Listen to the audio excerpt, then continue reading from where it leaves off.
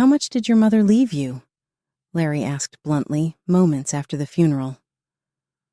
I was stunned by his lack of sympathy and directness. He probably assumed the inheritance was already in my account since he noticed me with the bank book, but he was wrong on both counts, factually and morally. "About $2 million, I replied. $2 million, that's all?" Larry responded with a smirk that made me uneasy. Even after taxes, there should be a significant amount remaining. I found his reaction unsettling. His unpleasant grin made me uncomfortable, and although I wasn't sure what he was plotting, I was confident that things wouldn't go his way. The following day, Larry wasted no time putting his scheme into action, but his short-sightedness was bound to be his downfall, though he wasn't aware of it yet. My name is Sarah Taylor. At 19, I was thrust into an arranged marriage with Larry, an employee at a company. He is 3 years my senior and the eldest son of the Owen family. Despite being the oldest, his younger brother Frank left home after college and cut off all contact. Consequently, Larry was treated like an only child and was doted upon by my in-laws. Truthfully, I never wanted to marry Larry, but my mother came from a family with a long-standing business tradition. I was in no position to defy my parents' decisions, so I found myself wed to Larry.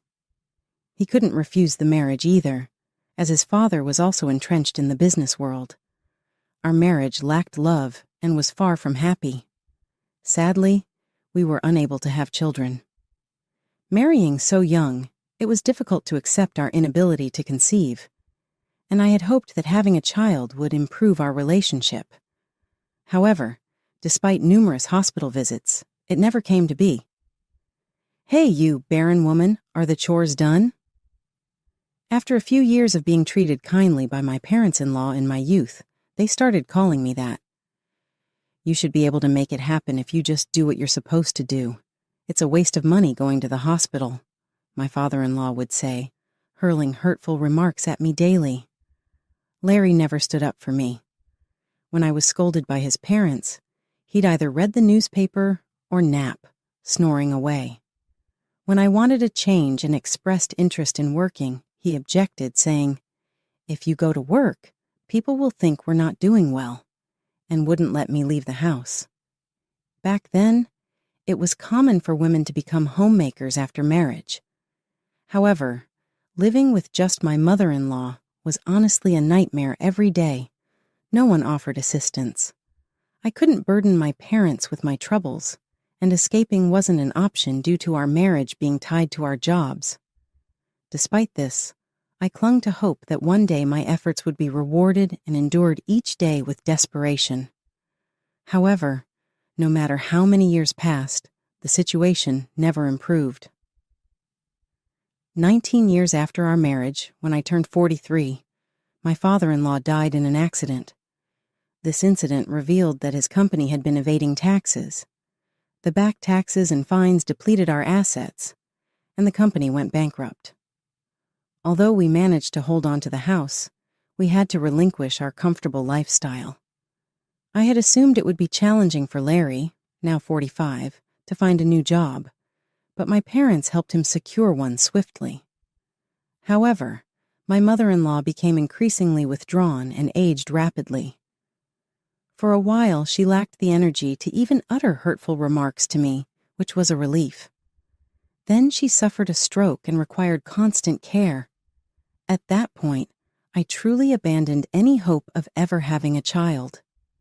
Despite being 43 and somewhat resigned to it, this event marked a definitive turning point. Larry, as if it were expected, shifted the responsibility of caring for his mother onto me. On his days off, he lounged around just like before. "Larry, I really wish you'd help with your mother's care sometimes," I mustered the courage to tell him one day. "Even if it's just on your days off or for one meal, it would mean a lot to me." Larry frowned and replied, "I'm working, you know. I need to rest on my days off." Larry just didn't seem to grasp it. After Larry's father's company went bankrupt, my parents began to worry about me. Eventually, they said, "Come back home. But what would happen to his mother if I left? We have a caregiver who comes once a week, but I couldn't imagine affording someone every day for this household. Despite everything, I couldn't bring myself to abandon her. It just wasn't in my nature to do so. Over time, Larry began leaving the house early, even on his days off, claiming he felt uneasy staying home and relaxing. Neighbors said he started complaining. My wife won't let me relax at home on my days off. He began solo trips, while our neighbors knew his mother needed care. Despite this, he acted as if all caregiving duties fell solely on me, showing a disregard for how others perceived him. It was heartbreaking to witness his mother, who had always adored Larry, being neglected by him once she became ill. Sometimes she would lament, "It's because you're here that Larry won't come." When I responded, "Should I leave then?" she would quickly fall silent. This continued for another 19 years until the prolonged period of caregiving came to an end, with my mother-in-law passing away and reuniting with her husband. I was approaching 59 at that point. I had no affection left for Larry, but I had come to accept many things. Leaving didn't seem feasible, and it appeared likely that I would spend the remainder of my days in this house. Larry remained dedicated solely to his work, a quality that earned him recognition even after he reached retirement age. He was invited to stay on as senior staff, which has enabled me to live as I do now. We were never close as a couple, but I'm grateful for this arrangement. Our marriage was never strong, yet Larry never made any moves to force me out. Perhaps he believes it's too late for that now. He still prefers to be away from home on his days off, which has allowed me to cherish my solitude. I've recently taken up pottery as a hobby and made friends at this stage of life, finally finding joy since my marriage. However, Larry seemed bothered by this. "You're out playing while I'm working," he complained. One day, he even burned my pottery class bag in the yard. "What are you doing?" I asked angrily. "Don't waste time on strange hobbies. Just do the housework," he scolded. My pottery supplies and pouch were inside the bag, and even dousing it with water couldn't save it. It turned to ashes. I was livid. I had thought it was too late for change, but I still had a long life ahead. The thought of divorce crossed my mind, but just as I was considering it, another tragedy struck. My parents suddenly passed away. My father passed away suddenly due to an illness, and just a month after his funeral, my mother also fell ill and passed away. Everything unfolded so swiftly, and I was engulfed in grief. My brother Jack had already assumed control of my father's company, and with a large turnout at both funerals, I found myself bedridden for about a week afterward, likely due to mental exhaustion. Members from my pottery class kindly checked on me, but Larry taunted me, asking, "How long are you going to stay in bed?" He remarked, "I was tired after Mom's funeral too, but I didn't sleep that much. It must be nice to sleep all day without working." While his words may have held some truth, hearing them from a husband was deeply hurtful. The following day, I pushed myself to rise and resume my routine, realizing I could no longer afford the luxury of enjoying my hobbies. Life had pared down to essentials, yet Larry appeared content and indifferent to my feelings. Not long after my mother's funeral, I recalled the upcoming payment deadline to the funeral home and checked the bank book. Jack, preoccupied with work, had entrusted me with handling the payment. However, when Larry noticed me with the bank book, he approached with a smug grin. "So, how much did your mother leave behind?" he asked callously, stunning me with his insensitivity. He brought it up immediately after the funeral, showing no concern for my well-being. He must have assumed that the inheritance had been deposited because he saw me with the bank book, but such an assumption was unthinkable for any decent person. Monotonously, I replied, "About 2 million. "Only 2 million? He smirked unpleasantly. "Well, even after taxes, there should be hundreds of thousands left." His grin was contemptuous. I couldn't comprehend Larry's motives, but I knew things wouldn't go his way. Without uttering a word to him, I quietly stowed away the bank book following Larry's tactless comments. Suddenly, Larry spoke up, saying, "You've had a tough time. You should rest early today." It was unusual for Larry to offer kind words, but instead of comforting me, it left me feeling uneasy. Unable to bear being around him, I retired to bed early that day. However, the next day brought an unexpected turn of events. After breakfast, Larry left for work as usual, but I soon received a call informing me that he hadn't shown up. This was unprecedented, and I feared he might have been in an accident. Frantically, I tried calling Larry, but couldn't reach him. Anxiously pacing around, I entered the living room and instantly understood. On the coffee table lay a document, a divorce form already filled out by Larry. Seeing it, I thought, "No way," and checked where I had kept the bank book the previous day. As expected, the bank book was missing. "Unbelievable," I murmured to myself. It wasn't an accident. Larry had clearly vanished intentionally. I had sensed something fishy that morning in the living room. By taking those items, he must have been plotting to start a new life without me. Larry hadn't forced me out earlier because he was awaiting my parents' inheritance. The missing bank book provided damning evidence. Despite this realization, I remained composed. There was no need to panic. Methodically, I completed the divorce paperwork and submitted it to the city office. Larry had set himself up for failure. I resolved that he needed to comprehend it was too late for regrets. I contacted Larry's workplace formally and explained, "I haven't been able to reach him either, but it doesn't seem accidental. I'll update you once I have any information. Apologies for the inconvenience." His employer agreed to consider it a paid leave day and extended their good wishes, which left me feeling a pang of envy for Larry's fortunate work environment. After all, it was a company introduced by my parents. I hoped he would show gratitude to his employer. Larry was becoming increasingly unfamiliar to me. After enduring so much, I successfully filed for divorce. I was surprised by how quickly I felt liberated. I wondered if my life might have been different had I ended things sooner. As I packed my belongings, my phone rang. It was Larry, who had ignored my calls earlier. Anticipating his words, I ignored the call and continued packing. The phone persisted, as did the house phone. Annoyed, I reluctantly decided to answer. "Hello," I said casually. As expected, Larry sounded panicked on the other end. "I called earlier because I heard you didn't go to work. You need to contact your workplace immediately," I said. "That's not the issue right now," he began to say, shouting. "I can't get the money." Hearing his desperation, I couldn't help but burst out laughing. He finally noticed, huh? I guess he didn't realize it because he hastily took the bank book. "Your ID number," Larry exclaimed. "Do you remember it?" "No, don't you remember? It was in the bag for my pottery class," I replied, still laughing. Larry sounded anxious. "Is this ID expired?"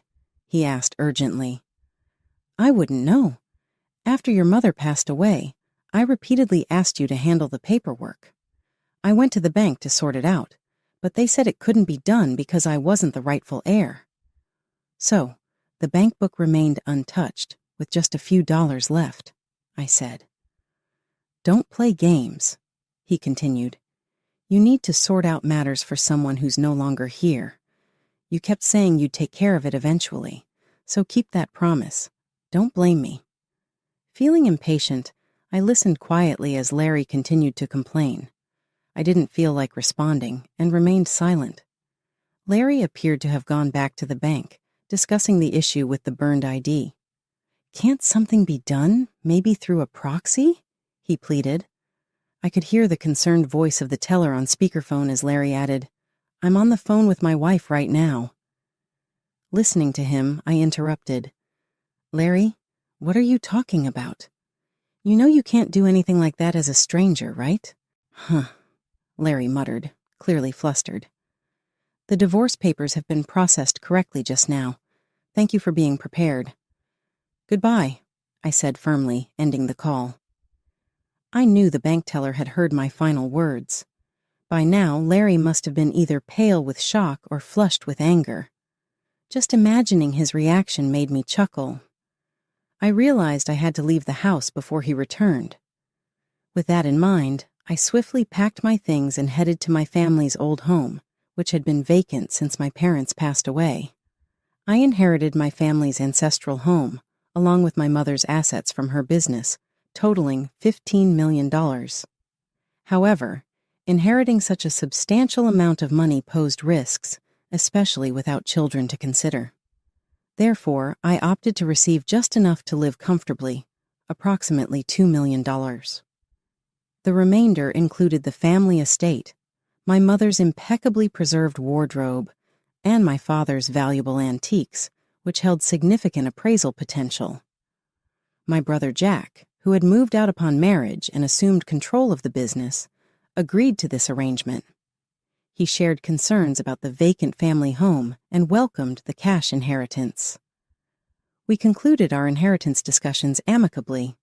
After arriving at the family home, I informed Jack of my divorce from Larry and my intention to live there. He responded, "If you're moving into the family home, it won't be empty," which was comforting to hear. Then he asked, "But are you sure about divorcing Larry, Sarah?" "Yes," I replied firmly. "We don't have children, and both our parents have passed away. If we both want a divorce, then it's the right decision. I want to start anew, and I have no regrets." Jack expressed concern about me living alone, but I assured him that remaining in a lifelong servitude to Larry would have been worse. Moreover, spending my remaining years in a home filled with memories of our family, even if alone, would bring me happiness. Larry continued to call me multiple times afterward, but he never anticipated that I would be at the family home and never visited. That day, I spent it alone in peace. The house felt empty without a family, yet I felt a deep sense of relief. The following day, I mustered the energy to go and make a deposit. Retrieving the bank book from Larry was a bit of a hassle. I decided to go around 5 a.m., assuming Larry would be asleep. When I returned home and opened the front door, the smell of alcohol hit me. "Are you kidding me?" I couldn't help but grimace at the strong odor. Entering the living room, I found beer cans strewn about. My bank book lay torn and abandoned on the table. "This is awful," I thought to myself. Ripping apart someone's bank book like this, no matter how upset you are, is just wrong. I gathered the torn pieces of the bank book and stashed them in my bag along with a few clothes before returning to my family home. From there, I headed to the bank. As I approached the entrance, someone called out, "Sarah!" It was Larry. He had been waiting for me. He must have noticed the bank book was missing, so I figured he anticipated my visit. "What are you doing here now?" he asked with a scoff. "Whether I come here or not is none of your business," I said firmly. "Don't say that. We've been together for so long," he replied, ignoring the finalized divorce. I brushed past him and entered the bank. Larry persisted in trying to talk to me, but I steadfastly ignored him. That's when it happened. "Brother, isn't that Sarah?" someone called out. It was Frank. "Why are you here?" Larry asked as Frank approached us.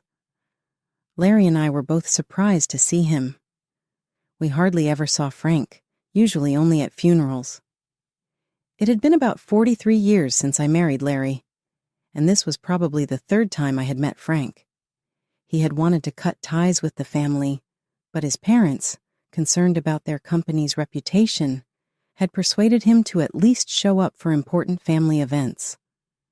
Since we had met at my mother-in-law's funeral a few years ago, he probably recognized us. "Ah, I'm here to handle Mom's estate. Thought I'd check the balance and keep you updated," Frank mentioned. Larry's eyes brightened, and I found myself equally surprised. I had believed there were only a few dollars left in the bank account. However, Frank revealed there were also investment trusts established long ago and safe deposit boxes rented during our father's lifetime.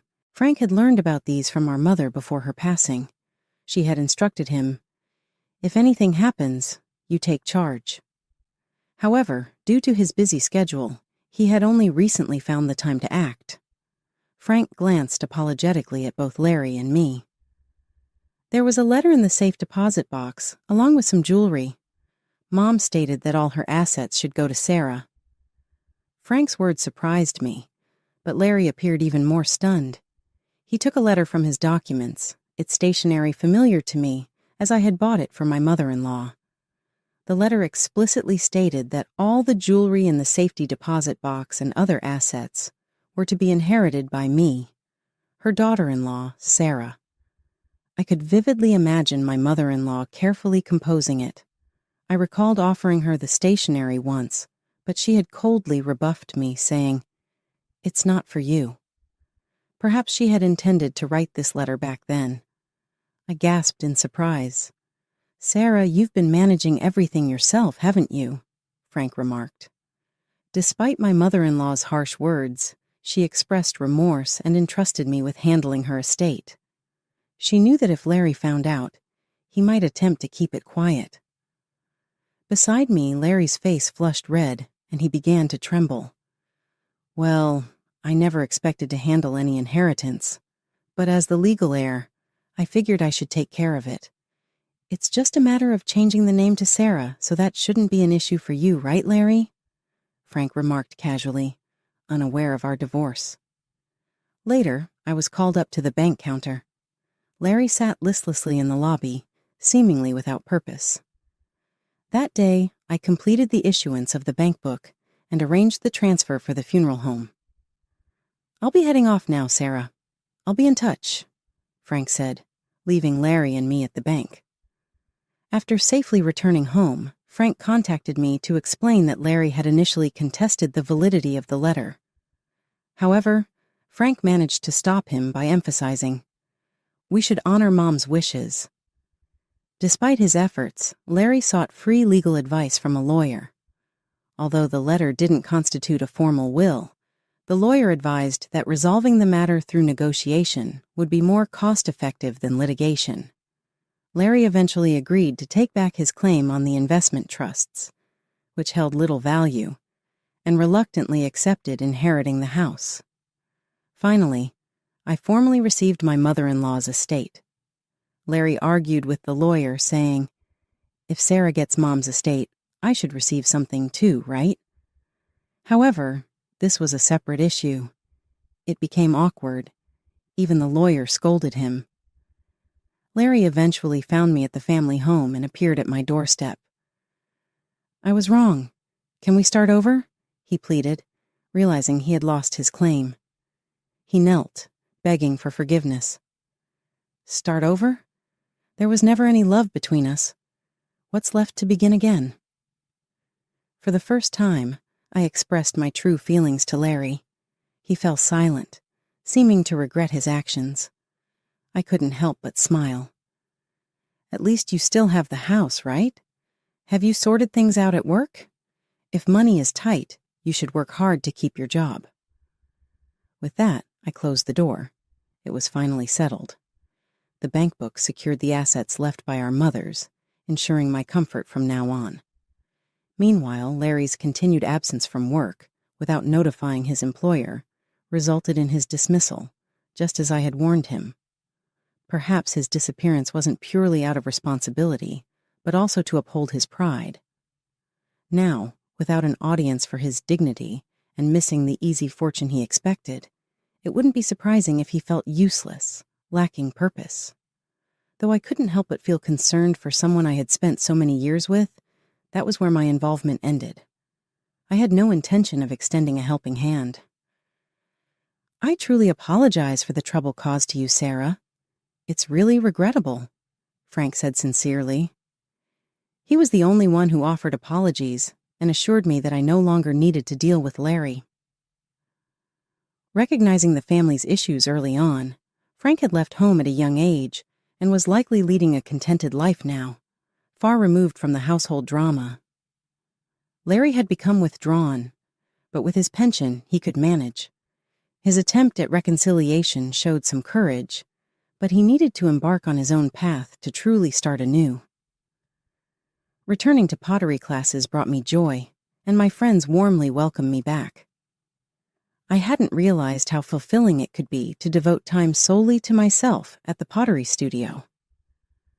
I've even met someone wonderful. Though I had sworn off marriage, being with someone who loves me might also bring happiness, rather than being alone forever. Perhaps embracing new beginnings could be better. It might feel too late, but just like with the divorce, it's never too late as long as you're alive. Anyone can find happiness, no matter their age,